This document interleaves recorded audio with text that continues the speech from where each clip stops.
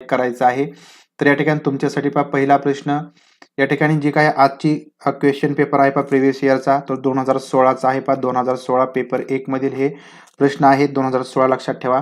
तर वनस्पतीची वृद्धी संलग्न हालचाल खालील पर्यायापैकी कोणती? वृद्धी संलग्न हालचाल. निशिगंधाचे फूल रात्री उमगते किंवा उमलते. ड्रॉसेरा ही वनस्पती कीटक खाते. तेरडा या वनस्पतीत योग्य वेळ येताच फळ फुटते की त्याच्या बिया सर्वत्र पसरतात. खिडकीतील रोप प्रकाशाच्या दिशेने वाटचाल करते.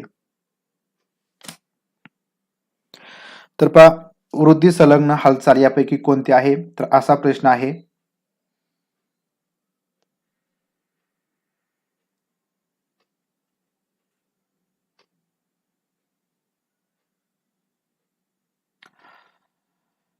सायकोलॉजी, सोशल सायन्स आणि परिसर अभ्यास, तर एवढेच आपले क्लासेस असतात.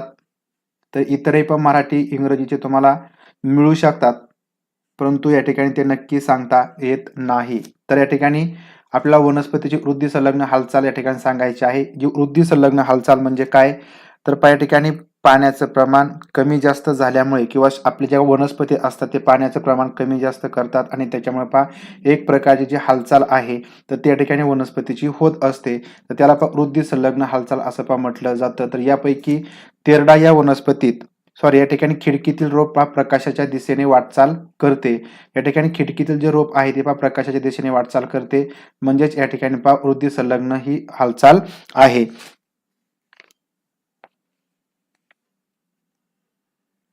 आता याची काही उदाहरणं आपल्याला सांगता येतील की कमळाचे फूल सकाळी उमलते तर निशिगंधाचे फूल रात्री उमलते. म्हणजे त्याला ज्यावेळेस तशा प्रकारचं वातावरण असेल तर त्याप्रमाणे ते आपली वृद्धी संलग्न हालचाल करत असतं. म्हणजे कमळाचं फूल सकाळी उमलते तर निशिगंधाचे फूल रात्री उमलते. तर 2013च्या पेपरमध्ये हा प्रश्न विचारला होता किंवा हे उदाहरण आलेलं होतं. त्यानंतर कीटकाला स्पर्श होताच जे ड्रोसेरा या कीटकभक्षी वनस्पतीच्या पानावरील जे तुतुके असतात त्या आतल्या बाजूस वळतात आणि कीटकाला ते घेरतात. ही सुद्धा या ठिकाणी एक वृद्धी संलग्न अशी हालचाल आहे. आणि तेरडा या वनस्पतीमध्ये योग्य वेळ येतात फळ फुटते आणि बिया सर्वत्र पसरतात.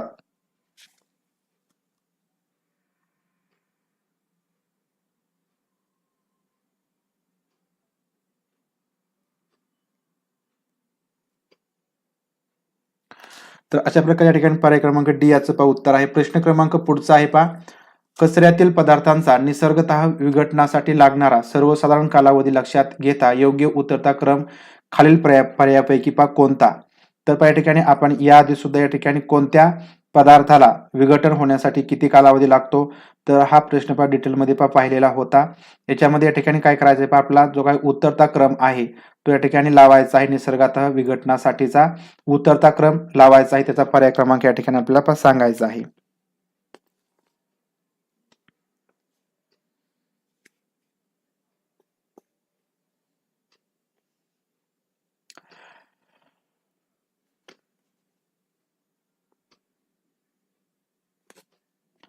तर या ठिकाणी लक्षात घ्यायचं जो थर्माकॉल असतो तर त्याला या ठिकाणी जवळजवळ 10 लक्ष वर्ष किंवा ठिकाणी अनंत काल इतका कालावधी विघटनासाठी लागतो. म्हणजे थर्माकोल या ठिकाणी लवकर काय होत नाही विघटन होत नाही. म्हणजे या ठिकाणी सर्वात जास्त कालावधी थर्माकोलला लागतो. त्यानंतर या ठिकाणी जे प्लॅस्टिक आहे प्लॅस्टिकला 10 लाख वर्षे एवढे या ठिकाणी वर्ष लागतात किंवा कालावधी लागतो. थर्माकोल नंतर प्लॅस्टिक आहे म्हणजे थर्माकोल आधी त्यानंतर प्लॅस्टिक येणार आहे. त्यानंतर जे चामडी बूट असतात त्यांना या ठिकाणी 40 ते 50 वर्षे एवढं कालावधी लागतो. 40 ते 50 वर्ष.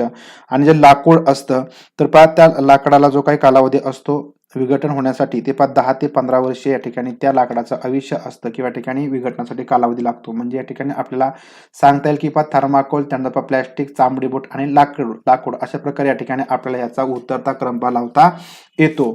प्रश्न क्रमांक पुढचा आहे खालील योग्य विधान किंवा विधाने कोणती आहेत? खालीलपैकी योग्य विधान किंवा योग्य विधाने सांगायची आहेत. पहिलं विधान आहे उच्च तापमानावर हिरा तापविल्यास त्यातून कार्बन डायऑक्साईड बाहेर पडतो. शुद्ध कार्बनवर दाब देऊन तो उच्च तापमानाला तापविल्यास कृत्रिम हिरा तयार होतो. या ठिकाणी कोणती विधाने बरोबर आहेत हे सांगायचं आहे.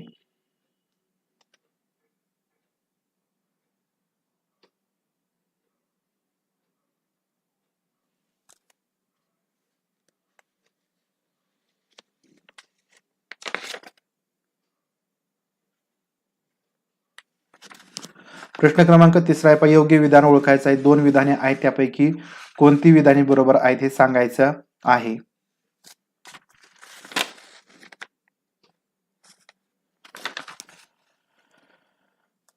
अगदी बरोबर. तर पहा पर्याय क्रमांक सी, दोन्ही अ आणि ब, जी काय दोन्ही विधान दिलेली आहेत ती दोन्ही विधाने या ठिकाणी पहा बरोबर आहेत. पहा उच्च तापमानावरती जो हिरा आहे तो तापवला तर त्यातून पहा कार्बन डायऑक्साईड वायू या ठिकाणी पहा बाहेर पडत असतो. तर हे विधान बरोबर आहे. आणि शुद्ध कार्बनवरती दाब देऊन तो उच्च तापमानाला पहा तापविला की या ठिकाणी पहा कृत्रिम हिरा त्यापासून पहा तयार होत असतो. म्हणून या ठिकाणी दोन्ही विधाने पहा बरोबर आहेत. प्रश्न क्रमांक पहा पुढचा आहे 4, की पाण्याचा गुणधर्म असलेला पर्याय खालीलपैकी कोणता?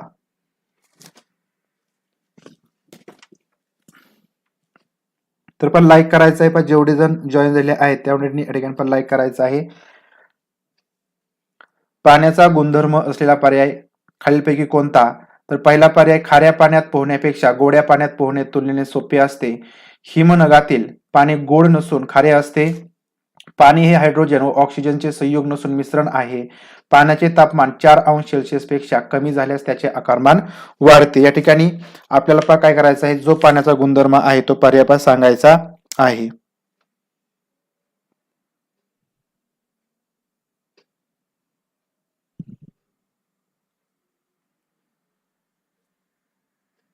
प्रश्न क्रमांक 4,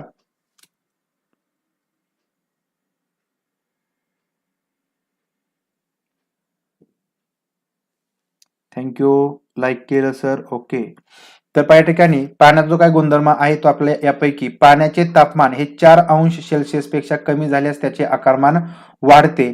तर हा या ठिकाणी एक पाण्याचा पहा गुणधर्म आहे. पाण्याचं तापमान आपण पहा 4 अंश सेल्सिअस पेक्षा कमी केलं की ते या ठिकाणी आपलं पाणी काय करतं, त्याचा आकारमान या ठिकाणी वाढवायला सुरू करतं. तर हा पाण्याचा गुणधर्म आहे.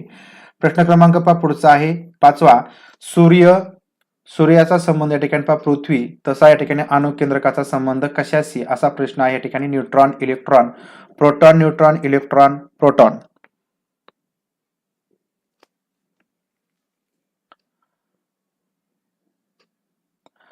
तर या ठिकाणी जो काही सूर्याचा पृथ्वीशी संबंध आहे तो या ठिकाणी म्हणजे सूर्य आणि त्याच्या भोवती या ठिकाणी पृथ्वी प्रदक्षिणा घालत असते. तर त्याप्रमाणे या ठिकाणी अणुकेंद्रक त्याच्या भोवती नेमकं काय, म्हणजे अशा प्रकारचा संबंध आपल्याला या ठिकाणी सांगायचा आहे. याचं उत्तर या ठिकाणी पहा सर्वांना येणं अपेक्षित आहे. प्रश्न क्रमांक 5,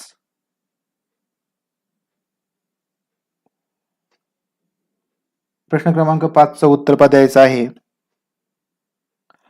तर पहा अणुकेंद्रक याचा जो संबंध आहे म्हणजे आपल्याला पहा पृथ्वी आणि सूर्य तर यांच्यामध्ये जो काही संबंध आहे तो या ठिकाणी आपल्याला अणुकेंद्रकाशी संबंध लावायचा आहे. तर या प्रश्नाचं पहा उत्तर या ठिकाणी पहा बऱ्यापैकी चुकत आहे. लक्षात घ्या. या ठिकाणी पहा जो सूर्य आहे, सूर्य या ठिकाणी पहा केंद्रस्थानी आहे आणि त्याच्या भोवती पहा आपली जी पृथ्वी आहे ती पहा प्रदक्षिणा घालत असते. त्याच प्रकारे या ठिकाणी जो अणुकेंद्रक असतो, समजा कोणताही अणू त्याचा केंद्रकामध्ये पण न्यूट्रॉन आणि पहा प्रोटॉन असतात. त्याच्यामुळे पहा या ठिकाणी पृथ्वी आणि सूर्याचा जर संबंध आपण लावला तर पहा प्रोटॉन आणि न्यूट्रॉन या ठिकाणी येणार नाहीत, हे लक्षात घ्यायचं आहे. म्हणजे न्यूट्रॉन नाही, प्रोटॉन न्यूट्रॉन नाही आणि इलेक्ट्रॉन प्रोटॉन पण नाही. फक्त या ठिकाणी जो काही इलेक्ट्रॉन असतो तर तो इलेक्ट्रॉन या ठिकाणी पहा अणुकेंद्रकाभोवती प्रदक्षिणा पहा घालत असतो. म्हणजेच या ठिकाणी पहा पर्याय क्रमांक बी या ठिकाणी पहा बरोबर येणार आहे. पहा या ठिकाणी सोपा असा पहा प्रश्न होता. थोडंसं या ठिकाणी पण लक्ष द्यायचं आहे की सूर्य हा केंद्रस्थानी धरला तर पहा पृथ्वी प्रदक्षिणा घालते. त्याप्रमाणे या ठिकाणी प्रोटॉन आणि न्यूट्रॉन हे केंद्रस्थानी असतात आणि आपल्याला त्या केंद्रकाभोवती अणुकेंद्रकाभोवती कोण फिरतं किंवा कोण प्रदक्षिणा घालतं, तर पहा इलेक्ट्रॉन. प्रश्न क्रमांक पुढचा आहे पहा 6, वनस्पतीमधील कोणता पदार्थ मानवाला उपयुक्त आहे? या ठिकाणी पहा वनस्पतीमधील कोणता पदार्थ मानवाला उपयुक्त आहे? सर तुमची शिकवण्याची पद्धत फार आहे. थँक्यू. प्रश्न क्रमांक 6, वनस्पतीमधील असा कोणता पदार्थ मानवाला उपयुक्त आहे? तर याच्यावरती पहा या ठिकाणी प्रश्न आला होता. तर पहा वनस्पतीमधील कोणता पदार्थ मानवाला उपयुक्त आहे? तर त्या प्रश्नाचं उत्तर होतं या ठिकाणी पहा निलगिरीचं तेल. जे निलगिरी असते त्या निलगिरीचं तेल सुद्धा या ठिकाणी आपल्याला उपयुक्त असतं. परंतु आता या ठिकाणी निलगिरीचं तेल हा ऑप्शन नाही. या ठिकाणी रॅफाइड्स, कॅल्शियम ऑक्झालेट, चंदनाचं तेल आणि पहा तिळाचं तेल, तर हे या ठिकाणी ऑप्शन आहेत. पर्याय क्रमांक 6चं उत्तर द्यायचं आहे. तर आता या ठिकाणी लक्षात घ्या की तुमची उत्तर या ठिकाणी पहा 2 येणार आहेत. चंदनाचं तेल सुद्धा या ठिकाणी आपल्याला उपयोगी असं आहे, ज्याच्यापासून आपण अत्तर वगैरे बनवतो आणि ज्याचा आपल्याला उपयोग होतो. त्यानंतर तिळाचं तेल सुद्धा या ठिकाणी आपल्याला उपयुक्त असं आहे. म्हणजे जर तुमची या ठिकाणी दोन्ही उत्तर तुम्ही कोणतं यापैकी एक उत्तर दिलं तर तुमचं या ठिकाणी आपला काय होणार आहे उत्तर बरोबर येणार आहे. चंदनाचं तेल, तिळाचं तेल. प्रश्न क्रमांक पुढचा आहे 7वा. जीवजन्माचा जरायुज या पद्धतीतील प्राण्यात खालील पर्यायापैकी कोणती बाब या ठिकाणी आढळणार नाही. जरायुज, जे काय जरायुज प्रकारचे प्राणी असतात जीवजन्माचे, तर त्याच्यामध्ये या ठिकाणी कोणती बाब आढळणार नाही.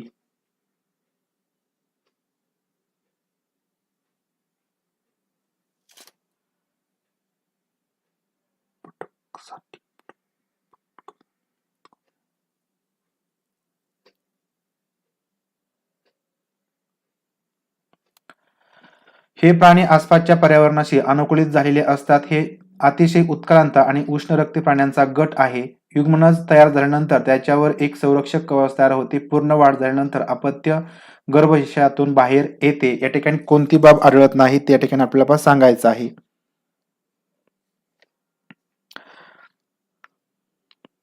तर जरायुज या शब्दाचा अर्थ मी याआधी सुद्धा सांगितलेला आहे की जे प्राणी या ठिकाणी जारातून बाहेर पडतात, जो काही जार असतो त्या जारामधून बाहेर पिल्ले पडतात, तर त्याला या ठिकाणी जरायुज अशा प्रकारचं प्राणी म्हणायचं.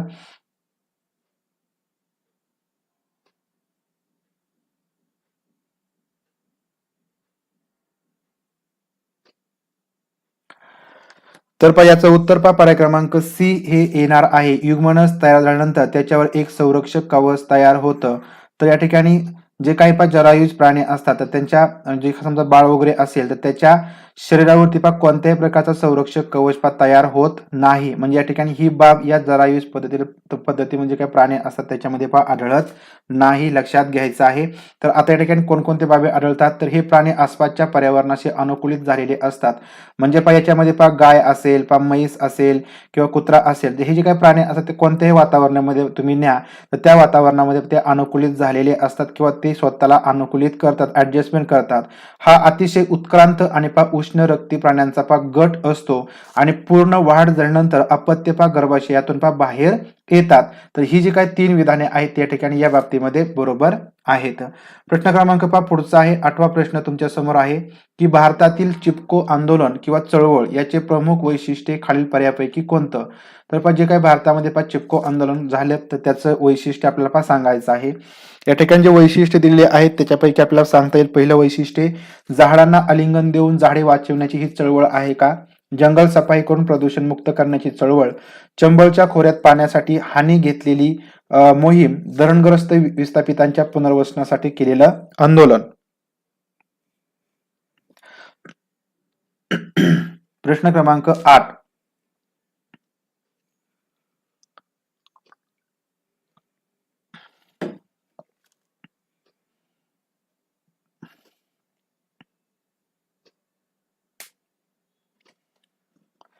अगदी बरोबर. तर झाडांना आलिंगन देऊन झाडे वाचवण्याची ही एक चळवळ आहे. हे प्रमुख असं वैशिष्ट्य या चिपको आंदोलन किंवा चळवळीचं आहे. पर्याय क्रमांक ए याचं उत्तर येईल. प्रश्न पुढचा आहे दूध आणि फळ आहे. या ठिकाणी दूध आणि फळ टिकून ठेवण्यासाठी खालीलपैकी कशाचा उपयोग होतो. स्रव्यातील ध्वनी, पाश्चरायझेशन पद्धत, कॅरमलायझेशन पद्धत यापैकी दूध आणि फळ टिकून ठेवायचं आहे यासाठी कोणत्या पद्धतीचा उपयोग केला जातो.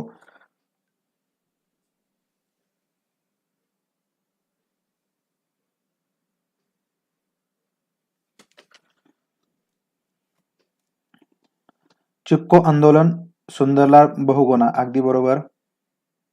प्रश्न क्रमांक 9चं उत्तर द्यायचं आहे आपल्याला. दूध आणि फळ टिकून ठेवायचं असेल तर त्यासाठी कशाचा उपयोग होतो.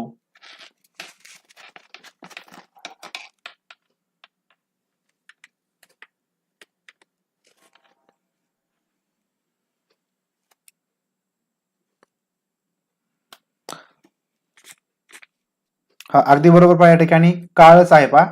दूध अधिक काळ टिकून ठेवण्यासाठी काळ आहे. या ठिकाणी काळच आहे. दूध अधिक काळ टिकून ठेवण्यासाठी खालीलपैकी कशाचा उपयोग होतो.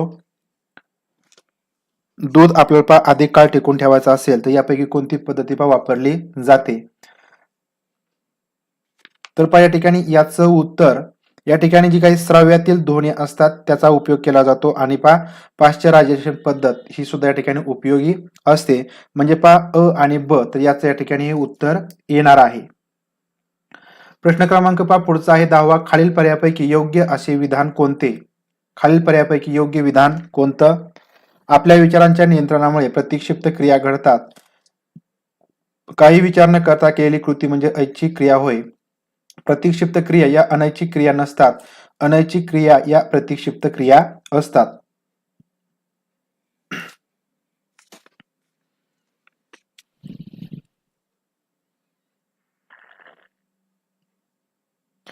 या ठिकाणी आपल्याला योग्य असं विधान सांगायचं आहे.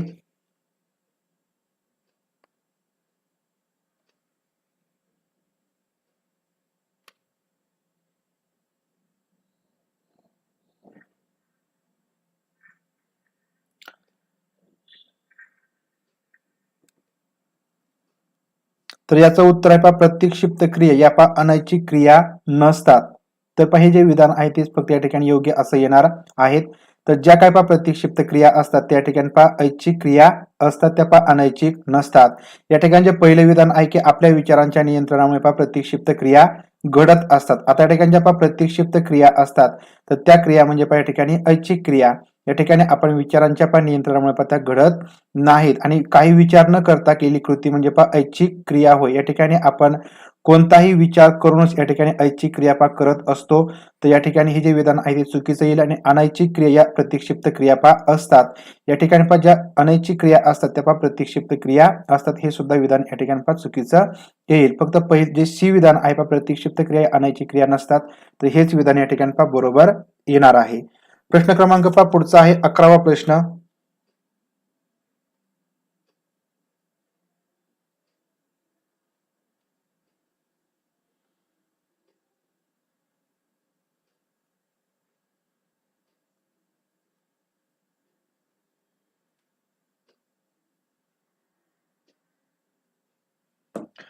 प्रभाजी ऊर्ध्वपातन पद्धती खालील पर्यायापैकी कोठे उपयुक्त ठरते? जे प्रभाजी ऊर्ध्वपातन पद्धती असते ती कोणत्या ठिकाणी उपयोगी आहे हे सांगायचं आहे. मिठागरातील मिठाच्या पाण्यापासून मीठ मिळवायचं असेल तेव्हा, खनिज तेलापासून पेट्रोल मिळवायचं असेल तेव्हा, काही एखाद्या द्रावणातून द्राव्य आणि द्रावक वेगळे करणं, भिन्न द्रव पदार्थांच्या उत्कलनांकात उल्लेखनीय फरक नसल्यास ते मिश्रणातून वेगळं करणं.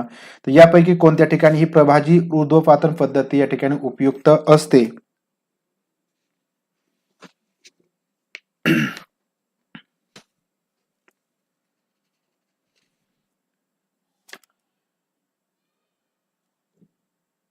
प्रश्न क्रमांक 11चं उत्तर द्यायचं आहे.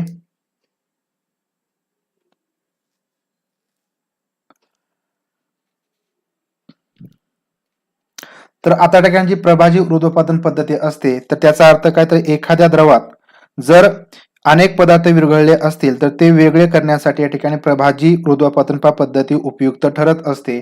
म्हणजेच या ठिकाणी आपल्या प्रभाजी ऊर्ध्वपातन पद्धतीचा कोणत्या ठिकाणी उपयोग करता येईल, तर या ठिकाणी खनिज तेलापासून पेट्रोल मिळवायचं असेल, कारण जे काही खनिज तेल असतं त्याच्यामध्ये या ठिकाणी एकापेक्षा जास्त पदार्थ या ठिकाणी मिसळलेले असतात आणि त्याच्यामुळे या ठिकाणी शुद्ध आपल्याला पेट्रोल मिळवायचं असेल तर त्याच्यामध्ये जे काही मिसळलेले इतर खनिजे वगैरे असतात किंवा मिश्रण असतं ते वेगळं करणं या ठिकाणी आवश्यक असतं. त्याच्यामुळे प्रभाजी ऊर्ध्वपातन पद्धती या ठिकाणी खनिज तेलापासून पेट्रोल मिळवण्यासाठी उपयुक्त असे पद्धती आहे. आता या ठिकाणी जर मिठागरातील मिठाच्या पाण्यापासून मीठ मिळवायचं असेल तर यासाठी आपण ही प्रभाजी ऊर्ध्वपातन पद्धती उपयोग आणत नाही, तर यासाठी आपण फक्त बाष्पीभवनाचा उपयोग करत असतो.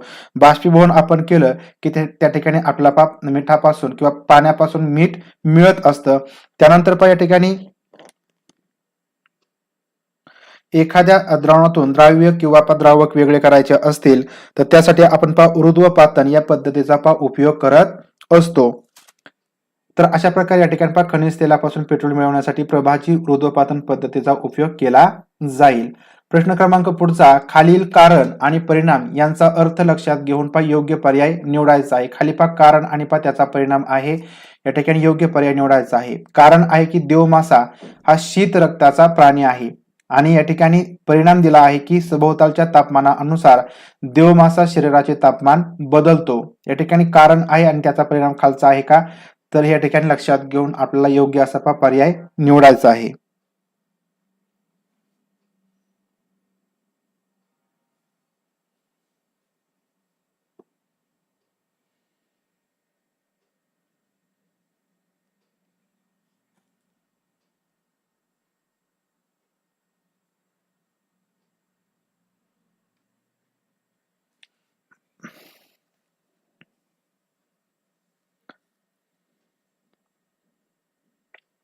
प्रश्न क्रमांक 12चं उत्तर द्यायचं आहे. तर या ठिकाणी जे कारण आहे की देवमासा हा शीत रक्ताचा प्राणी आहे, तर हेच कारण या ठिकाणी चुकीचं आहे. कारण देवमासा हा या ठिकाणी शीत रक्ताचा प्राणी नाही, तर तो या ठिकाणी उष्ण रक्ताचा प्राणी आहे. त्याच्यामुळे या ठिकाणी कारण बरोबर येणार नाही. तर सभोवतालच्या जो परिणाम आहे तो की सभोवतालच्या तापमानानुसार देवमासा शरीराचे तापमान बदलतो. आता या ठिकाणी जे काही उष्ण रक्ताचे प्राणी असतात त्यांच्यामध्येच अशा प्रकारची क्षमता असते की ते स्वतःचं तापमान या ठिकाणी परिसराच्या तापमानानुसार बदलू शकतात किंवा त्या तापमानानुसार त्या ठिकाणी अनुकूल अशी परिस्थिती निर्माण करू शकतात. म्हणजेच या ठिकाणी वरती आपलं जे कारण आहे ती देवमासा शीत रक्ताचा प्राणी आहे आणि त्याचा परिणाम या ठिकाणी दिला आहे की देवमासा शरीराचे तापमान बदलतो. म्हणजे या ठिकाणी जे पहिलं जे कारण आहे ते चुकीचं आहे. कारण देवमासा हा उष्ण रक्ताचा प्राणी आहे आणि त्याच्यामुळे तो या ठिकाणी काय करतो, आपल्या शरीराचं तापमान बदलतो. म्हणून या ठिकाणी फक्त पर्याय क्रमांक बी, फक्त ब योग्य, तर या ठिकाणी बरोबर येणार आहे. प्रश्न क्रमांक पुढचा आहे 13वा की विद्युत दिव्यामध्ये आर्गॉन व नायट्रोजन सारख्या वायूंचं मिश्रण का भरलेलं असतं. जे आपलं विद्युत दिवा असतो बल्ब असतो त्याच्यामध्ये आर्गॉन आणि नायट्रोजन सारख्या वायूचं मिश्रण भरलेलं असतं. तर ते का भरलेलं असतं असं कारण विचारणारा हा प्रश्न आहे. ते उत्प्रेरक म्हणून उपयोगी ठरतात.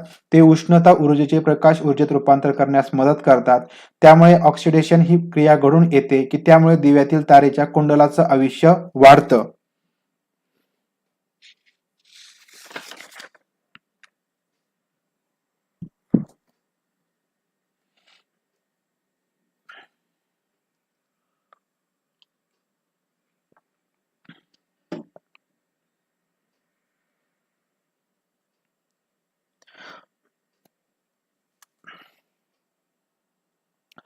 प्रश्न क्रमांक 13चं उत्तर या ठिकाणी अगदी बरोबर पर्याय क्रमांक डी येणार आहे की कारण या ठिकाणी आर्गॉन आणि नायट्रोजन यासारखे वायूचं मिश्रण बल्बमध्ये असल्यामुळे दिव्यातील जे काही तार असतं, तारेचं जे कुंडल असतं ज्याला आपण टंगस्टन असं म्हणतो, ज्याची संज्ञा डब्ल्यू, या ठिकाणी त्या तारेच्या कुंडलाचं आयुष्य वाढवण्याचं काम या ठिकाणी आर्गॉन आणि नायट्रोजन वायूचं मिश्रण करतं. प्रश्न क्रमांक पुढचा 14वा की खालीलपैकी योग्य विधाने कोणती. या ठिकाणी विधाने आहेत अ, ब, क, ड. तर योग्य विधान आपल्याला सांगायचं आहे. या ठिकाणी पहिलं विधान ब्रोमिन हा अधातू आहे. सर्वसाधारण अधातू स्थायू किंवा वायू अवस्थेत असतात. क विधान ब्रोमिन द्रव अवस्थेत आढळतो. ड विधान ब्रोमिन हा धातू आहे. या ठिकाणी आपलं योग्य असं विधान सांगायचं आहे.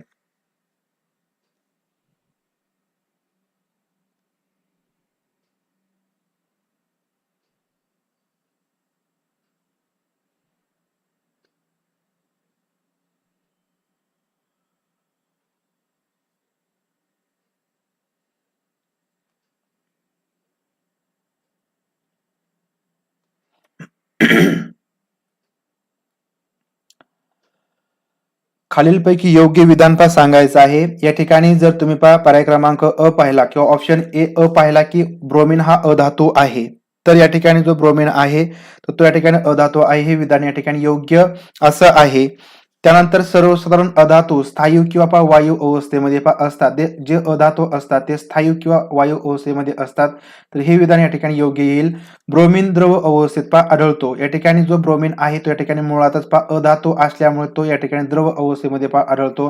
हे विधान सुद्धा या ठिकाणी बरोबर येणार आहे. म्हणजेच या ठिकाणी ब्रोमिन अधातू असेल, त्यानंतर तो द्रव अवस्थेमध्ये असेल आणि या ठिकाणी जे अधातू असतात ते स्थायू किंवा वायू अवस्थेमध्ये असतात. तर पर्याय क्रमांक ड ब्रोमिन हा अधातू आहे. हे विधान या ठिकाणी चुकीचं येणार आहे. म्हणून या ठिकाणी पर्याय क्रमांक या ठिकाणी जो 3 आहे की दोन्ही किंवा तिन्ही अ, ब आणि क अ, ब आणि क तर ही सर्व विधाने या ठिकाणी पहा योग्य अशी आहेत. फक्त पर्याय क्रमांक ड किंवा ऑप्शन जो अ, ड चं विधान आहे ते या ठिकाणी चुकीचं आहे का? कारण पहा या ठिकाणी ब्रोमिन हा धातू नाही तर तो या ठिकाणी अधातू आहे. प्रश्न क्रमांक पुढचा आहे. इयत्ता 4थीतील परिसर अभ्यास या विषयात कोणत्या घटकांची मांडणी चिकित्सक वृत्ती निर्माण करण्याच्या दृष्टीने पहा केलेली आहे? इयत्ता 4थीतील पहा परिसर अभ्यास हा जो काही विषय आहे तर त्याच्यामधील कोणत्या घटकाची मांडणी करत असताना त्याच्यामधून एक चिकित्सक वृत्ती निर्माण व्हावी या दृष्टीने त्या घटकाची मांडणी करण्यात आली आहे. या ठिकाणी पहिला ऑप्शन आहे पाण्याच्या काटकसरीने वापर करण्याचं महत्व आणि पद्धती, पाण्याचं वितरण, पाण्याचं गुणधर्म आणि विद्राव्यता, पाणी साठवण्याची पद्धती.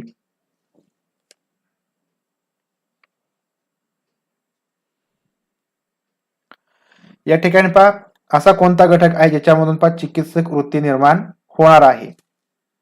प्रश्न क्रमांक 15चं पहा उत्तर द्यायचं आहे. तर पहा चिकित्सक वृत्ती म्हणजे पहा त्या ठिकाणी पहा काहीतरी निरीक्षण करावं लागणार आहे. काहीतरी पहा गोष्टींचा थोडा तरी पहा शोध घ्यावा लागणार आहे. म्हणजे पाण्याचं गुणधर्म आणि पहा विद्राव्यता तर हा जो काय पहा घटक आहे तर या घटकामधूनच पहा विद्यार्थ्यांची पहा चिकित्सक वृत्ती निर्माण होण्यासाठी पहा मदत होईल. या ठिकाणी पहा पाण्याची काटकसरीने वापर करण्याची महत्व आणि पहा पद्धती तर याच्यामधून पहा कदाचित या ठिकाणी चिकित्सक वृत्ती पहा निर्माण होणार नाही. कारण पहा चिकित्सक वृत्ती निर्माण होण्यासाठी विद्यार्थ्यांना स्वतः काहीतरी विचार करावा लागेल, काहीतरी पहा प्रयोग करावे लागतील, त्याच्यामधून पण निष्कर्ष काढावे लागतील तरच चिकित्सक वृत्ती निर्माण होणार आहे. आणि पहा पाण्याचा काटकसरीने वापर करणं तर हे आपण या ठिकाणी नेहमी सांगतो की कशा प्रकारे पाण्याचा काटकसरीने वापर करायचा, त्यासाठीच्या पद्धती कोणकोणत्या आहेत तर त्याच्यामुळे पहा विद्यार्थ्यांना या ठिकाणी कोणत्याही प्रकारचा जास्त विचार करण्याची आवश्यकता नसणार आहे. हे विधान नाही. पाण्याचं वितरण पहा पाण्याचं वितरण यासाठी सुद्धा पहा चिकित्सक वृत्तीची आवश्यकता आहे का तर नाही. आपल्याला सर्वांना माहिती आहे पहा विहीर असेल, विहिरीमधून पहा मोटरने पाणी आपण त्या ठिकाणी नेऊ शकतो आणि ही गोष्ट पहा सर्वांना माहिती असते. म्हणजे या ठिकाणी सुद्धा पहा चिकित्सक वृत्तीचा चांगल्या प्रकारे म्हणजे थोडासा या ठिकाणी विकास होईल परंतु पहा मोठ्या प्रमाणात ती वृत्ती निर्माण होण्याची शक्यता कमी आहे. आणि पाणी साठवण्याची पद्धत याच्यामधून सुद्धा या ठिकाणी चिकित्सक वृत्ती निर्माण होणार नाही. कारण पाणी साठवण्याची पद्धत या ठिकाणी सर्वांना थोड्याफार प्रमाणामध्ये पहा माहिती असतात. म्हणजेच या ठिकाणी पाण्याचे गुणधर्म आणि विद्राव्यता हा जो काय पहा घटक आहे तर याच्यामध्ये पहा चिकित्सक वृत्ती निर्माण होण्याचा या ठिकाणी मोठ्या प्रमाणामध्ये पहा प्रयत्न होत असतो. म्हणून पर्याय क्रमांक सी हे उत्तर येणार आहे. प्रश्न क्रमांक पुढचा तुमच्या समोर आहे पहा. अवबोध कल्पना आणि प्रतिमा नक्की पहा नक्की अवबोध कल्पना आणि पहा प्रतिमा याच्यावरती व्हिडिओ येईल आणि पहा डिटेलमध्ये व्हिडिओ येईल. या ठिकाणी आपण वरवरची माहिती पहा कोणत्याच ह्याच्यामधून देणार नाही, लक्षात घ्यायचं आहे. आपण सगळी माहिती पहा डिटेलमध्ये देण्याचा प्रयत्न करतो. प्रश्न क्रमांक 16 खालीलपैकी औद्योगिक क्रांतीचं वैशिष्ट्य असणाऱ्या योग्य विधानांची संख्या किती आहे? या ठिकाणी 4 विधाने आहेत. यापैकी औद्योगिक क्रांतीचं वैशिष्ट्य किती विधाने या ठिकाणी अगदी बरोबर पहा देत आहेत याचं उत्तर या ठिकाणी आपल्याला द्यायचं आहे.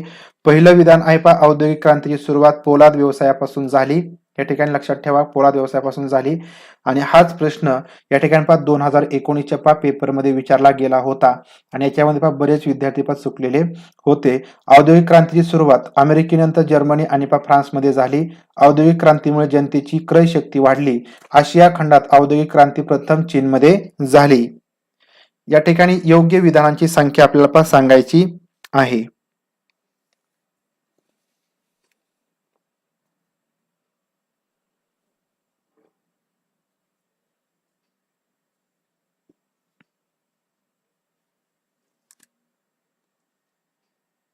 प्रश्न क्रमांक 16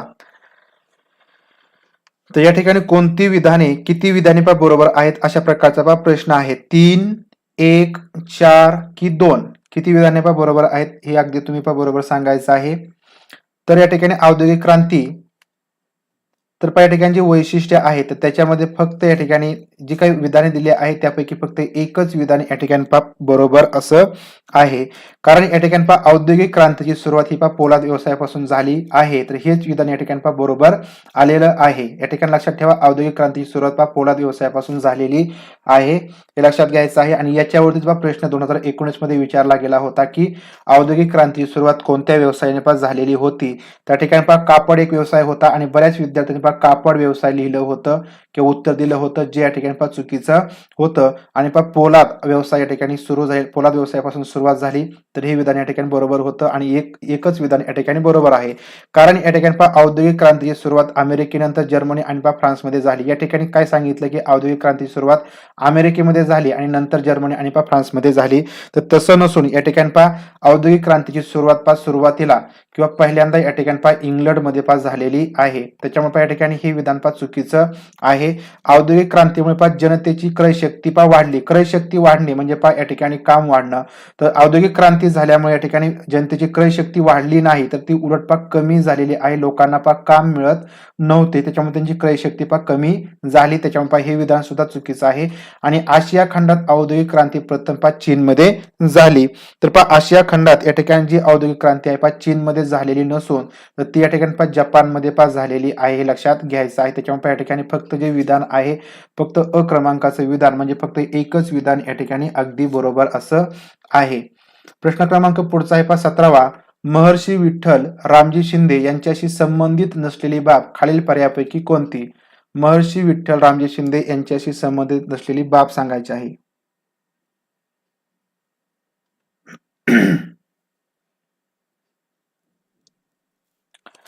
प्रश्न क्रमांक 17. महर्षी विठ्ठल रामजी शिंदे यांच्याशी संबंधित नसलेली बाब.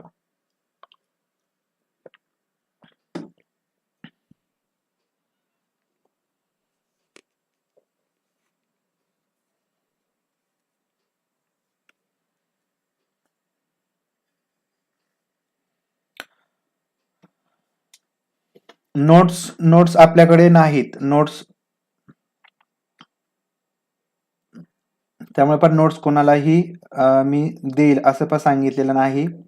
परंतु ज्यावेळेस पूर्ण होतील त्यावेळेस देण्याचा नक्की प्रयत्न करेल. तर या ठिकाणी पर्याय क्रमांक ए की सार्वजनिक पाणवटे अस्पृश्यांना खुले करण्याचं विधेयक संमत करून घेतलं. तर ही जी काही बाब आहे त्या ठिकाणी विठ्ठल रामजी शिंदे यांच्याशी संबंधित नाही. कारण ही बाब या ठिकाणी कोणाशी संबंधित आहे तर बाबासाहेब बोले. तर बाबासाहेब बोले तर यांच्याशी तर ही जी काही बाब आहे त्या ठिकाणी संबंधित आहे की त्यांनी सार्वजनिक पाणवटे अस्पृश्यांना खुले करण्याचं विधेयक संमत करून घेतलेलं आहे. आता महर्षी विठ्ठल रामजी शिंदे यांच्याशी संबंधित बाब कोणती?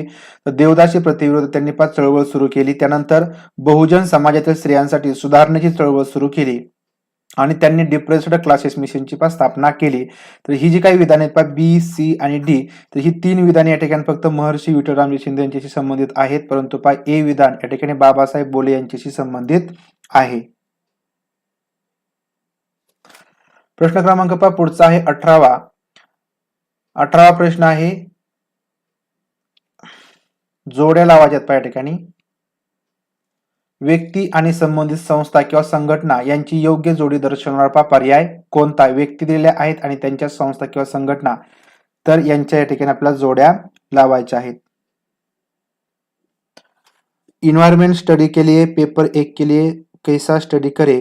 तर या ठिकाणी मी तुम्हाला शेवटी सांगतो की तुम्हाला परिसर अभ्यासासाठी कशामधून आणि कशा प्रकारचा अभ्यास करायचा आहे. शेवटचा प्रश्न झाला की आपण त्या ठिकाणी थोडीशी त्याच्यावरती चर्चा करूया. तर डेली क्लास आपला 9:15 9:15 ते या ठिकाणी 9:20 तर हा या ठिकाणी टायमिंग असतो. कधी कधी जर लेट झालं तर 9:30 वाजता आपला क्लास असतो. लक्षात ठेवा 9:15 ते 9:20. तर मी शेवटी सांगतो तुम्हाला कोणती पुस्तके वाचायची आहेत, कोणत्या पुस्तकामधून प्रश्न येतात. शेवटी तुम्हाला नक्की मी सांगणार आहे आणि मी प्रत्येक व्हिडिओ मधून तुम्हाला अभ्यास कशा प्रकारे सांगायचा आहे हे सांगत आलेलो आहे.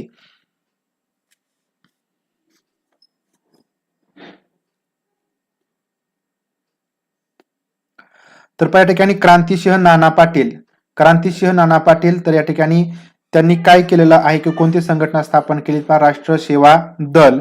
त्यानंतर या ठिकाणी डॉक्टर बाबासाहेब आंबेडकर यांनी स्वतंत्र मजूर पक्ष. त्यानंतर या ठिकाणी सुभाषचंद्र बोस यांनी फॉरवर्ड ब्लॉक आणि पंडित मोतीलाल नेहरू यांनी स्वराज्य पक्ष. म्हणजे या ठिकाणी पर्याय क्रमांक सी तर हे उत्तर या ठिकाणी बरोबर येणार आहे. लक्षात ठेवा क्रांतिसिंह नाना पाटील राष्ट्रीय सेवा दल, डॉक्टर बाबासाहेब आंबेडकर यांनी स्वतंत्र मजूर पक्ष, सुभाषचंद्र बोस फॉरवर्ड ब्लॉक आणि या ठिकाणी पंडित मोतीलाल नेहरू यांनी स्वराज्य पक्ष यांची स्थापना केलेली आहे. सी क्रमांक करेक्ट आहे. प्रश्न क्रमांक पुढचा आहे आझाद हिंद सेनेचे ब्रीद वाक्य कोणतं? आझाद हिंद सेनेचं ब्रीद वाक्य खालीलपैकी पहा कोणतं आहे? अशा प्रकारचा पहा प्रश्न आहे. संरक्षण, स्वराज्य, एकात्मता, सत्यमेव जयते, विश्वास, एकता, बलिदान, वंदे मातरम.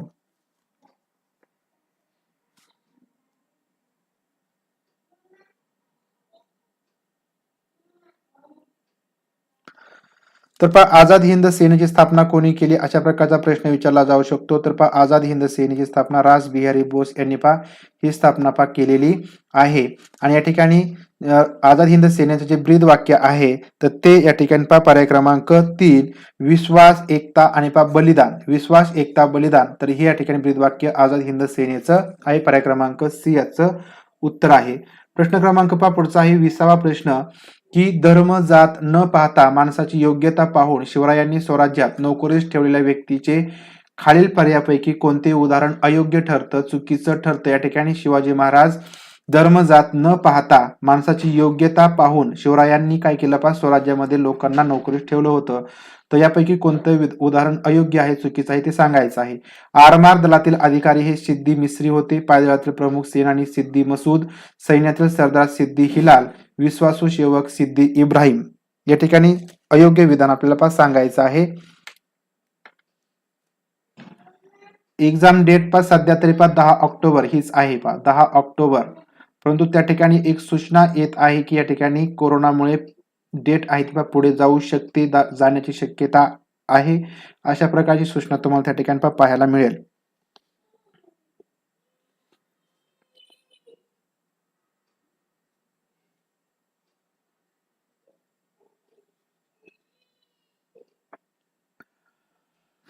तर त्या ठिकाणी प्रश्नाचं उत्तर द्यायचं आहे. धर्म जात न पाहता माणसाची योग्यता पाहून शिवरायांनी स्वराज्यात नोकरीस ठेवलेल्या व्यक्तीचं खालील पर्यायापैकी कोणतं उदाहरण अयोग्य ठरतं, अयोग्य आहे? तर या ठिकाणी पहा आरमार दलातील अधिकारी पहा सिद्दी मिस्री तर हे होते. त्यानंतर या ठिकाणी पहा दौलत खान हे एक होते. लक्षात ठेवा पहा सिद्दी मिस्री, दौलत खान आणि या ठिकाणी पहा मायनाक भंडारी तर हे या ठिकाणी या आरमार दलातील पहा अधिकारी होते. म्हणजे या ठिकाणी पहा दौलत खान आणि या ठिकाणी सिद्दी मिस्री. तर हे या ठिकाणी याच्यावरून आपल्याला समजेल की धर्म जात न पाहता लोक त्यांच्या स्वराज्यामध्ये नोकरीस ठेवत होते. त्यानंतर पहा जे पायदळातील प्रमुख सेनानी होते तर त्या ठिकाणी पहा सिद्दी मसूद तर हे नव्हते. त्याच्यामुळे या ठिकाणी हे विधान फक्त चुकीचं येणार आहे, अयोग्य येणार आहे. तर पायदळातील प्रमुख सेनानी कोण होतं? तर या ठिकाणी पहा प्रतापराव गुजर हे एक होते. प्रतापराव गुजर हे पायदळातील प्रमुख सेनानी होते. आणि हंबीरराव मोहिते तर हे या ठिकाणी काय होते? या पायदळातील प्रमुख सेनानी होते. सैन्यातील सरदार सिद्दी हिलाल, सैन्यातील जे सरदार होते ते या ठिकाणी सिद्दी हिलाल होते. आणि विश्वासू सेवक कोण होते? तर पहा सिद्दी इब्राहिम हे एक विश्वासू सेवक होते. म्हणजे या ठिकाणी ए, सी आणि डी तर ही विधाने योग्य आहेत. पर्याय क्रमांक बी पायदळातील प्रमुख सेनानी सिद्दी मसूद हे विधान या ठिकाणी चुकीचं आहे किंवा अयोग्य आहे. प्रश्न क्रमांक पुढचा 21वा प्रश्न आहे. खालील पैकी योग्य विधान किंवा विधाने कोणती? या ठिकाणी योग्य विधान कोणतं आहे ते सांगायचं आहे. तर पहा पहिलं विधान आहे छत्रपती संभाजी महाराजांनी संस्कृतमध्ये बुधभूषण हा राजनीतीपर ग्रंथ रचला. फारसी शब्दांना पर्यायी संस्कृत शब्द असणारा असा राज्य व्यवहार कोश शिवरायांनी तयार करून घेतला. या ठिकाणी आपल्याला योग्य असं विधान कोणतं आहे ते सांगायचं आहे.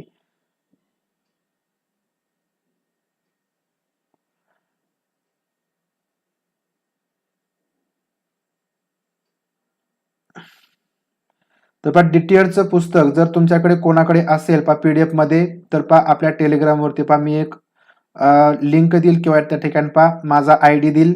तर माझ्या आयडी वरती पहा पाठवा. मी सगळ्यांसाठी त्या ठिकाणी पहा टेलिग्राम ग्रुप वरती पहा पीडीएफ शेअर करेल. कोणाकडे असेल तर या ठिकाणी तुम्ही शेअर करा किंवा माझ्याकडे समजा ते अवेलेबल झाले तर पहा मी सगळ्यांसाठी शेअर करेल.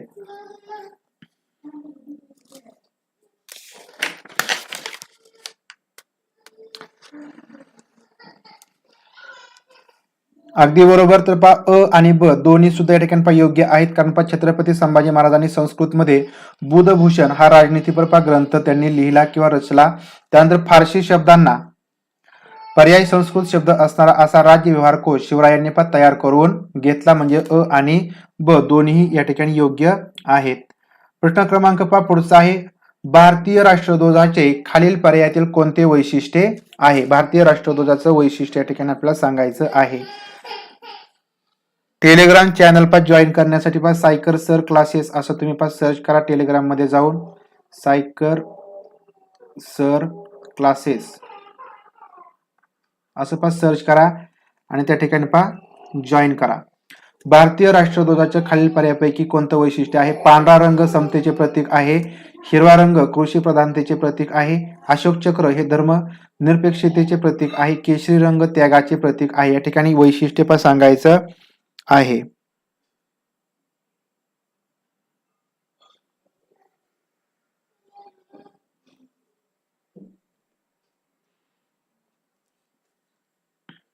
तर या ठिकाणी फक्त पर्याय क्रमांक डी केशरी रंग त्यागाचे प्रतीक आहे. तर हेच या ठिकाणी एक वैशिष्ट्य आपल्याला बरोबर दिलेलं आहे.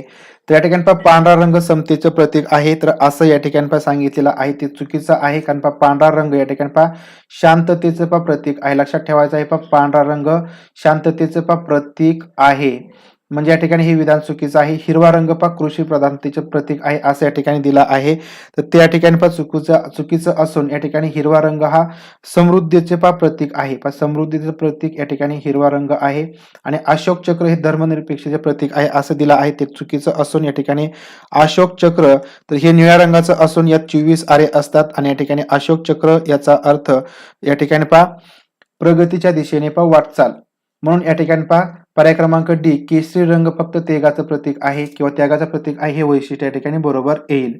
प्रश्न क्रमांक पुढचा आहे 23वा. जोड्या लावायच्या आहेत या ठिकाणी जोड्या नाहीत, या ठिकाणी योग्य विधाने ओळखायची आहेत. देवेंद्र विधान परिषद सदस्य आहेत, अनिता पंचायत समिती सभापती आणि अँग्लो इंडियन समाजाचे प्रतिनिधी म्हणून फ्रान्सिस हे राष्ट्रपती नियुक्त संसद सदस्य आहेत. तर या माहितीवरून खालीलपैकी योग्य विधान कोणतं? अविधान आहे अनिता जिल्हा परिषदेची पदसिद्ध सदस्य असेल, देवेंद्रजी वय 25 वर्ष असेल, फ्रान्सिस यांच्या संसद सदस्य म्हणून कार्यकाल जास्तीत जास्त 5 वर्ष असेल. या ठिकाणी कोणती विधाने योग्य आहेत ते आपल्याला वरील वर्णनावरून सांगायचं आहे.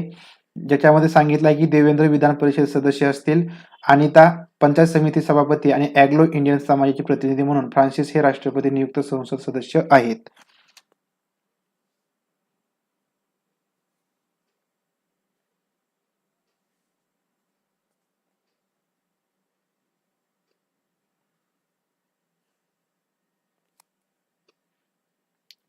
सायकोलॉजीचं 70 रुपयामध्येच पुस्तक मिळतं, परंतु त्यांच्या गावी किंवा त्यांच्या तिकडे ते उपलब्ध नसेल सर, त्याच्यामुळे ते पीडीएफ मागत आहेत. त्याच्यामुळे जर कोणाकडे पीडीएफ उपलब्ध होत असेल तर त्यांच्यापर्यंत पोहोचती करण्यासाठी टेलिग्राम चॅनलवरती आपण ती शेअर करणार आहोत. असेल तर शेअर करा. तर या ठिकाणी पर्याय क्रमांक सी फक्त अ आणि क, तर हीच या ठिकाणी दोन विधाने बरोबर आहेत. कारण अनिता जिल्हा परिषदेचे पदसदस्य असेल, पदसिद्ध सदस्य असेल, म्हणजे अनिता जर पंचायत समितीचे सभापती असतील, म्हणजे पंचायत समितीचे कोणतेही जे सभापती असतात ते जिल्हा परिषदेचे पदसिद्ध सदस्य असतात, म्हणजे हे विधान या ठिकाणी योग्य असं आहे. त्यानंतर देवेंद्रजी यांचे वय या ठिकाणी 25 वर्ष असेल, तर हे विधान या ठिकाणी चुकीचं आहे. कारण देवेंद्रजी या ठिकाणी विधान परिषदेचे सदस्य आहेत आणि विधान परिषदेचे सदस्य असतात त्यांचं या ठिकाणी वय हे 30 वर्ष असावं लागतं, म्हणजे या ठिकाणी हे विधान चुकीचं आहे.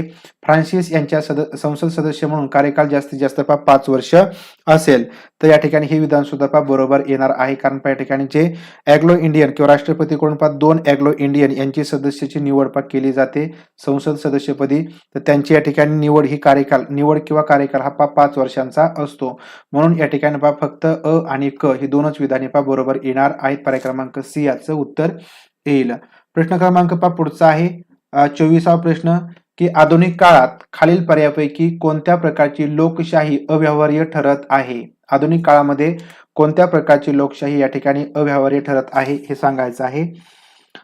तर लेक्चरचा टायमिंग शिवराज शिंदे सर, लेक्चरचा टायमिंग या ठिकाणी लक्षात ठेवा 9:15 ते या ठिकाणी आपण 9:20 पर्यंत लेक्चर स्टार्ट करत असतो. जास्तीत जास्त या ठिकाणी 9:30 पर्यंत रोज डेली आपला या ठिकाणी क्लास असतो. कधी आपले सायकोलॉजीचे क्लास असतात किंवा लाईव्ह सेशन असतो, कधी आपला समाजशास्त्र किंवा परिसर अभ्यासाचे लेक्चर्स असतात. 9:15 ते 9:20 पर्यंत आपले लेक्चर सुरू होतात.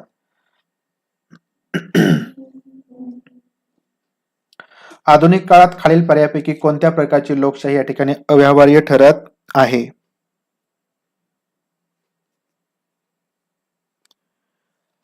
तर याचं उत्तर आहे पर्याय क्रमांक ए, प्रत्यक्ष लोकशाही.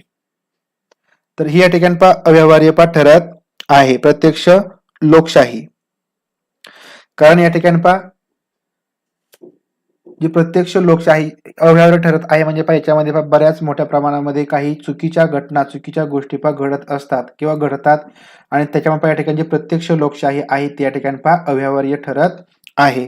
प्रश्न क्रमांक पुढचा आहे 25वा. सर्वसाधारण ऑक्टोबर नोव्हेंबर महिन्यात भारताच्या पूर्व किनारपट्टीच्या काही भागात पाऊस पडण्याचं प्रमुख कारण खालीलपैकी कोणतं? ऑक्टोबर नोव्हेंबर महिन्यात भारताच्या पूर्व किनारपट्टीच्या भागात दक्षिण महासागरावरून वाहणारे बाष्पयुक्त वारे, भारताच्या भूभागावरून वाहणारे कोरडे वारे, उत्तर भारतात निर्माण होणारा कमी वायुदाब, दक्षिण भारतात निर्माण होणारा जास्त वायुदाब.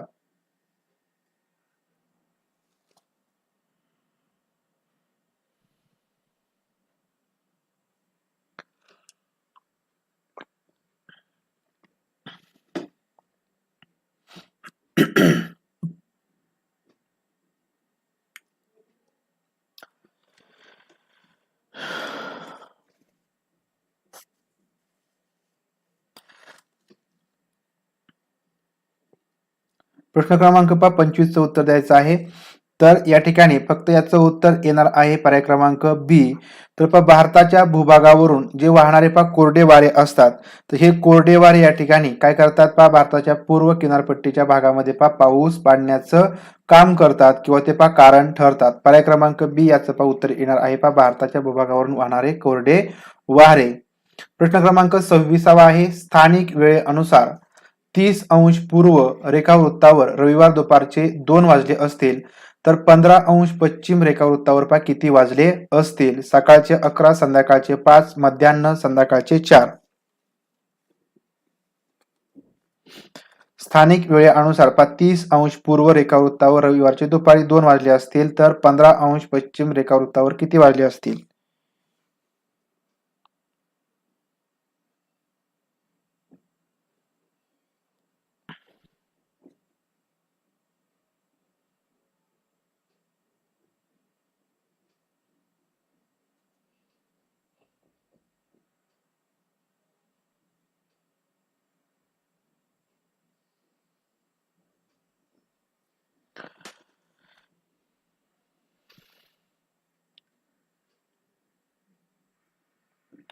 तर प्रश्न क्रमांक 26चं उत्तर येणार आहे सकाळचे 11 वाजलेले असतील. पर्याय क्रमांक ए, सकाळचे 11 वाजले असतील.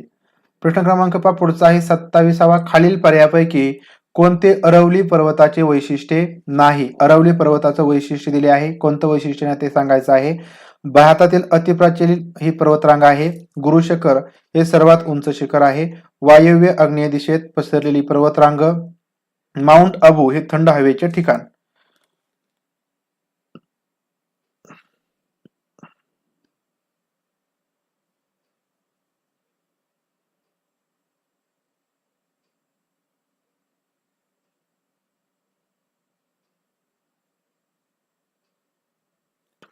प्रश्न क्रमांक 27वा.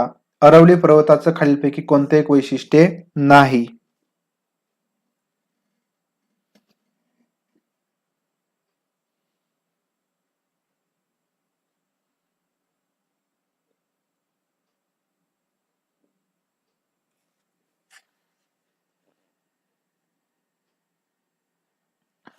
तर याचं उत्तर आहे पर्याय क्रमांक सी. वायव्य आग्नेय दिशेत पसरलेली ही पर्वतरांग. तर हे विधान या ठिकाणी या अरवली पर्वताचं वैशिष्ट्य नाही. कारण या ठिकाणी जो अरवली पर्वत आहे तो या ठिकाणी उत्तर भारतीय पठारी प्रदेशामध्ये असून मुख्यतः मारवाड, मेवाड, माळवा, बुदेलखंड या पठारांचा त्याच्यामध्ये समावेश होतो आणि अरवली पर्वत हा या ठिकाणी या पठाराच्या जे काही पठार सांगितली मारवाड, मेवाड, माळवा आणि बुदेलखंड ही पठार सांगितले तर या पठारांच्या फक्त वायव्य भागात पसरलेला आहे. म्हणजे या ठिकाणी इथं जे विधान आहे की वायव्य आग्नेय दिशेत पसरलेली ही पर्वतरांगा आहे ती चुकीची आहे म्हणून या ठिकाणी हे वैशिष्ट्य नाही. तर या ठिकाणी जे वैशिष्ट्य आहे ती भारतातील ही अतिप्राचीन अशी पर्वतरांगा आहे. गुरु शिखर हे सर्वात उंच शिखर आहे या पर्वतामधील आणि माउंट अबू हे थंड हवेचं ठिकाण आहे. म्हणून पर्याय क्रमांक ए, बी आणि डी तर ही वैशिष्ट्ये आहेत. पर्याय क्रमांक सी हे वैशिष्ट्ये चुकीचं आहे किंवा ते वैशिष्ट्य नाही. प्रश्न क्रमांक पुढचा, हायड्रोजन वायूचा संबंध या ठिकाणी बाह्यांबराशी आहे. म्हणजे हायड्रोजन वायू बाह्यांबर तर ओझोन वायूचा संबंध काय? अयनांबर, तपांबर, मध्यांबर, स्थितांबर तर कोणत्या स्तरामध्ये या ठिकाणी असतो ते सांगायचं आहे. हायड्रोजन वायू हा या ठिकाणी बाह्यांबर या स्तरामध्ये असतो, तर ओझोन वायू कोणत्या स्तरामध्ये असतो ते सांगायचं आहे. तर त्याचा संबंध या ठिकाणी आपल्याला बरोबर लावता येईल.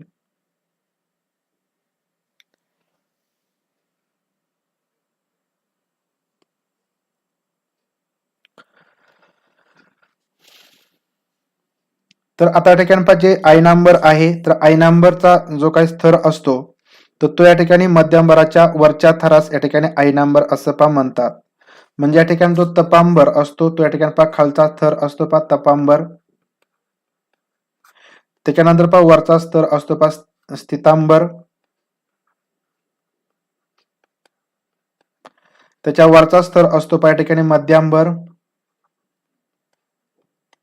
मध्यांबरच्या वरचा स्तर असतो अयनांबर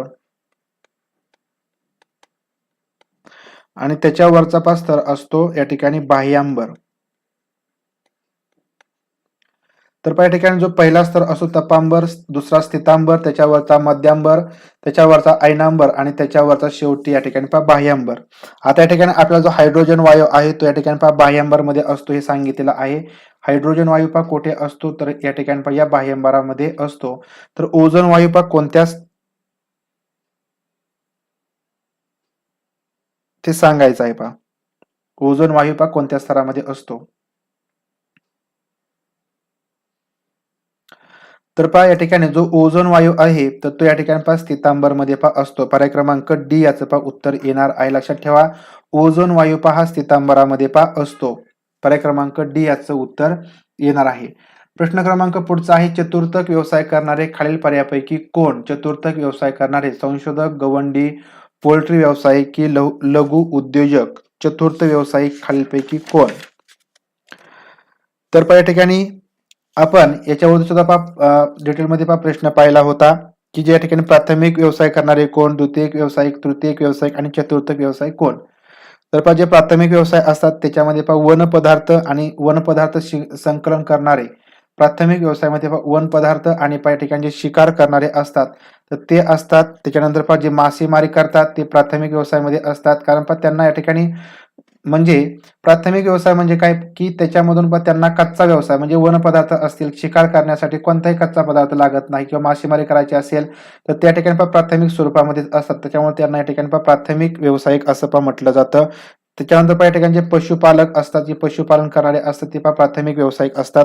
जे लाकूड तोड करतात ते सुद्धा या ठिकाणी प्राथमिक व्यवसायामध्ये येतात. त्यानंतर शेती आणि खाणकाम, शेती करणारे आणि खाणकाम करणारे ते या ठिकाणी प्राथमिक व्यावसायिक असतात. लक्षात ठेवा हे प्राथमिक व्यावसायिक असतात. प्राथमिक व्यावसायिक म्हणजे काय तर त्या व्यवसायासाठी कच्चा माल लागत नाही, जे या ठिकाणी निसर्गात उपलब्ध असतं त्यांना प्राथमिक व्यवसाय करणारे असं म्हणायचं. त्यानंतर द्वितीय व्यावसायिक, जे द्वितीय व्यावसायिक असतात तर ते या ठिकाणी या प्राथमिक व्यवसायावरती अवलंबून असतात. ज्याच्यामध्ये या ठिकाणी कुटीर उद्योग येतो. कुटीर उद्योग जो काही कुटीर उद्योग असतो तो या ठिकाणी प्राथमिक व्यवसायावरती अवलंबून असतो. कारण त्याच्यासाठी जे मटेरियल वगैरे लागेल त्या ठिकाणी आपण जंगलामधून आणू किंवा परिसरामधून आणू आणि त्याच्यापासून या ठिकाणी कुटीर उद्योग चालवले जातात. कुटीर उद्योग द्वितीय व्यावसायिक मध्ये येतो. त्याच्यानंतर लघु उद्योग असेल तर तो सुद्धा या ठिकाणी या द्वितीय व्यावसायिकामधील आणि जे मोठे उद्योग असतात ते सुद्धा या ठिकाणी या व्यवसायामध्ये द्वितीय व्यवसायामध्ये येत असतात. त्यानंतर या ठिकाणी जे तृतीयक व्यावसायिक असतात तृतीयक व्यावसायिक कोण तर जे या ठिकाणी या द्वितीयक व्यवसायावरती अवलंबून असतात. म्हणजे याच्यामध्ये वाहतूक असणार आहे. म्हणजे जर तुमचे उद्योग असेल, कुटीर उद्योग असो किंवा लघु उद्योग किंवा मोठे उद्योग असो तरच या ठिकाणी हे तृतीयक व्यावसायिक असणार आहेत. म्हणजे त्याच्यामध्ये वाहतूक असणार आहे. त्याच्यानंतर संदेशवहन असेल, संदेशवहन या ठिकाणी आपल्याला तृतीयक व्यवसायामध्ये आढळतात. संदेशवहन असेल, व्यापार आणि ज्या काही सेवा असतात तर त्या ठिकाणी या तृतीयक व्यवसायामध्ये येत असतात. ज्या काही सर्व सेवा आहेत त्या तृतीयक व्यवसायामध्ये बँकिंग सेवा असेल किंवा या ठिकाणी आपली सुद्धा जी काही शिक्षण सेवा आहे शिक्षण सेवा या ठिकाणी लक्षात घ्यायचं आहे. तर ही या ठिकाणी आपली या तृतीयक व्यवसायामध्ये येत असते. आता जे चतुर्थयक व्यावसायिक आहेत ते कोणकोणते आहेत बौद्धिक क्षमतेवरती आधारित असणारे. बौद्धिक क्षमतेवरती असणारे पहा चतुर्थक व्यवसाय असतात, ज्याच्यामध्ये पहा अभियंता असेल, पहा संशोधक असेल. म्हणजे या ठिकाणी जे संशोधक आहे पहा पर्याय क्रमांक ए, तर हे या ठिकाणी पहा चतुर्थक व्यवसाय करणारे येणार आहे. या ठिकाणी पर्याय क्रमांक 1 संशोधक, तर हे विधान पहा अगदी बरोबर आहे. लक्षात ठेवा, प्राथमिक व्यवसाय करणारे कोण, द्वितीयक व्यवसाय कोण, तृतीयक व्यवसाय कोण आणि पहा चतुर्थक व्यवसाय कोण. चतुर्थक व्यवसायामध्ये पहा जे बुद्धिजीवी असतात तर त्यांना या ठिकाणी चतुर्थक व्यवसाय म्हणजे संशोधक असेल किंवा अभियंता असतील, ते पूर्णपणे या ठिकाणी पहा बुद्धीच्या जोरावरती आपला व्यवसाय चालवतात. प्रश्न क्रमांक पुढचा आणि पहा शेवटचा आहे, राष्ट्रीय महामार्ग जात नाहीत असा महाराष्ट्रातील जिल्ह्यांचा गट खालील पर्यायापैकी पहा कोणता.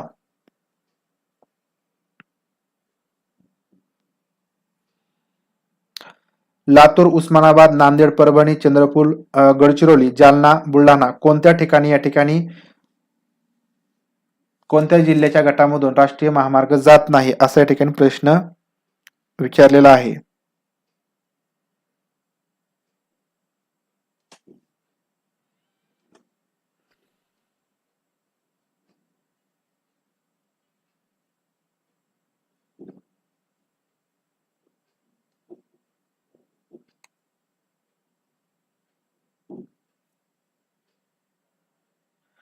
अगदी बरोबर. पण नांदेड, परभणी, तर पण नांदेड, परभणी तर या जिल्ह्यांच्या गटामधून किंवा या जिल्ह्यामधून राष्ट्रीय महामार्ग पास जात नाही. म्हणजे या ठिकाणी आता आपल्याला गट कसा शोधावा लागेल, जर नांदेडमधून पास जात असेल आणि परभणीमधून पास जात नसेल तर या ठिकाणी हा गट आपला काही कामाचा नाही.